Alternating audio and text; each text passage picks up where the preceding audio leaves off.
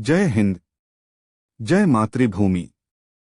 मातृभूमि सेवा संस्था के परिचय श्रृंखला में आज हम डॉक्टर श्यामा प्रसाद मुखर्जी जी के बारे में बात करेंगे। राष्ट्रभक्त साथियों, आज 23 जून को प्रखर राष्ट्रवादी, शिक्षाविद एवं जनसंघ के संस्थापक डॉ श्यामा प्रसाद मुखर्जी की 70वीं पुण्यतिथि पर मातृभूमि सेवा संस्था उन्हें कोटि कोटि नमन करता है। डॉक्टर श्यामा प्रसाद मुखर्जी जी का जन्म 6 जुलाई 1901 को कलकत्ता में अत्यंत प्रतिष्ठित परिवार एवं शिक्षाविद आशुतोष मुखर्जी के घर में हुआ। डॉक्टर श्यामा प्रसाद मुखर्जी के पिता श्री आशुतोष मुखर्जी कलकत्ता विश्वविद्यालय के संस्थापक उपकुलपति थे। उनके देहांत के बाद केवल 23 वर्ष की अवस्था में श्यामा प्रसाद जी को विश्वविद्यालय की प्रबंध समिति में ले लिया गया। 33 वर्ष की अल्पायु में वे कलकत्ता विश्वविद्यालय के कुलपति बने। इस पद पर नियुक्ति पाने वाले वे विश्व के सबसे कम आयु के कुलपति थे। एक कुलपति के रूप में उनके कार्यकाल के दौरान कविवर रविंद्रनाथ टैगोर ने दीक्षांत समारोह में बंगला में भाषण दिया और इसके साथ ही बंगला और अन्य भारतीय भाषाओं का युग शुरू हो गया। डॉक्टर मुखर्जी का छात्र जीवन से ही अटल विश्वास था कि अध्यात्म तथा विज्ञान से युक्त शिक्षा के द्वारा ही भारत जगत गुरु के रूप में निरंतर विश्व में आगे बढ़ सकता है। उनके जीवन में अध्यात्मवाद, सहनशीलता, मानवीय गुणों, वैज्ञानिक दृष्टिकोण एवं गहरी समझ के साथ सुंदर समन्वय हो गया था। उन्होंने 16 वर्ष की आयु में मित्तर इंस्टीट्यूट से मैट्रिक की परीक्षा उत्तीर्ण की, जिसमें उन्हें छात्रवृत्ति प्राप्त हुई और प्रसिद्ध प्रेसिडेंसी कॉलेज कलकत्ता में प्रवेश प्राप्त किया।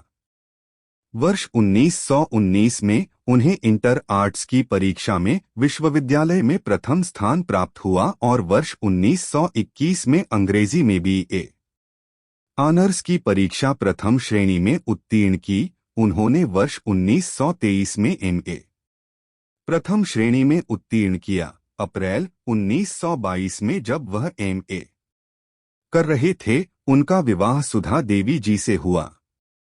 वर्ष 1924 में उन्होंने बीएल उत्तीर्ण किया और इस परीक्षा में भी विश्वविद्यालय से प्रथम रहे। उन्होंने डी.लिट और एलएलडी की उपाधियां भी प्राप्त कीं। वर्ष 1926 में वह लिंकन्स इन इंग्लैंड में कार्य करने लगे थे, किंतु वर्ष 1927 में उन्हें वहां से इंग्लिश बार में बुला लिया गया, किंतु उन्होंने वकालत नहीं की। सन 1934 में डॉक्टर मुखर्जी की पत्नी का निधन हो गया।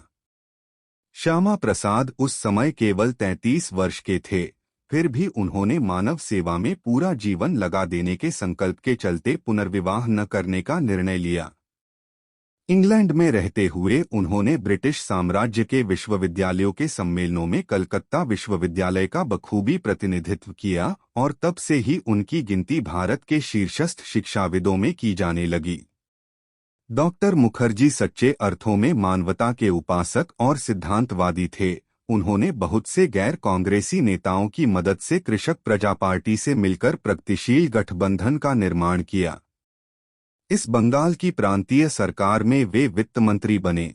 इसी समय वे राष्ट्रवाद के प्रति आकर्षित हुए और हिंदू महासभा में सम्मिलित हुए। सन 1943 में बंगाल में पड़े अकाल के दौरान श्यामा प्रसाद जी का मानवतावादी पक्ष निखर कर सामने आया। बंगाल पर आए संकट की ओर देश का ध्यान आकर्षित करने के लिए और अकालग्रस्त लोगों के लिए व्यापक पैमाने पर राहत जुटाने के लिए उन्होंने प्रमुख राजनेताओं, व्यापारियों, समाजसेवी व्यक्तियों आदि की मदद से जरूरतमंद और पीड़ितों को राहत पहुंचाने के लिए बंगाल राहत समिति गठित की और हिंदू महासभा राहत समिति भी बना दी गई। श्यामा प्रसाद जी इन दोनों ही संगठनों के लिए प्रेरणा के स्रोत थे।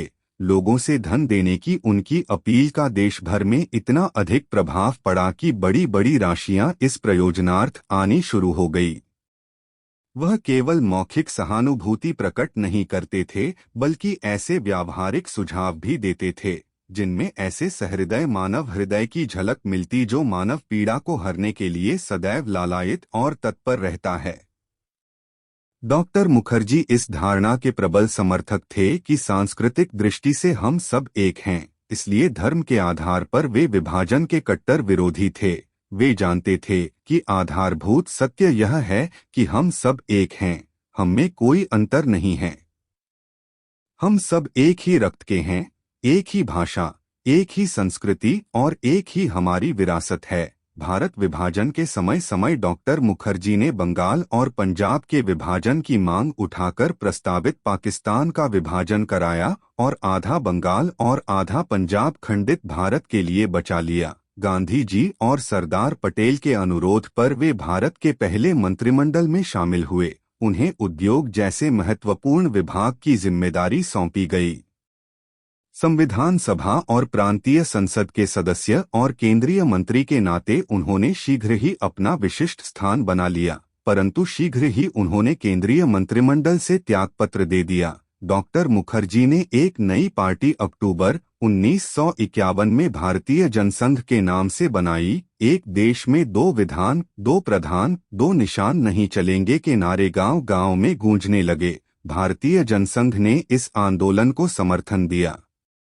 डॉक्टर मुखर्जी ने अध्यक्ष होने के नाते स्वयं इस आंदोलन में भाग लेकर बिना अनुमति पत्र जम्मू कश्मीर में जाने का निश्चय किया। भारतीय जनसंघ, जो कि बाद में भाजपा बनी और आज विश्व में सबसे बड़ी राजनीतिक पार्टी बन चुकी है।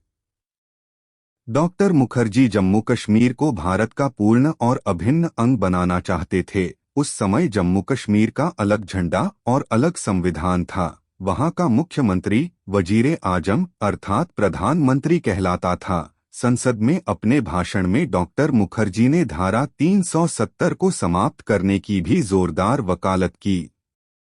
अगस्त 1952 में जम्मू की विशाल रैली में उन्होंने अपना संकल्प व्यक्त किया था कि या तो मैं आपको भारतीय संविधान प्राप्त कराऊंगा या फिर इस उद्देश्य की पूर्ति के लिए अपना जीवन बलिदान कर दूंगा। अपने संकल्प को पूरा करने के लिए वे सन 1953 में बिना परमिट लिए जम्मू कश्मीर की यात्रा पर निकल पड़े। वहां पहुंचते ही उन्हें गिरफ्तार कर नजरबंद कर लिया गया।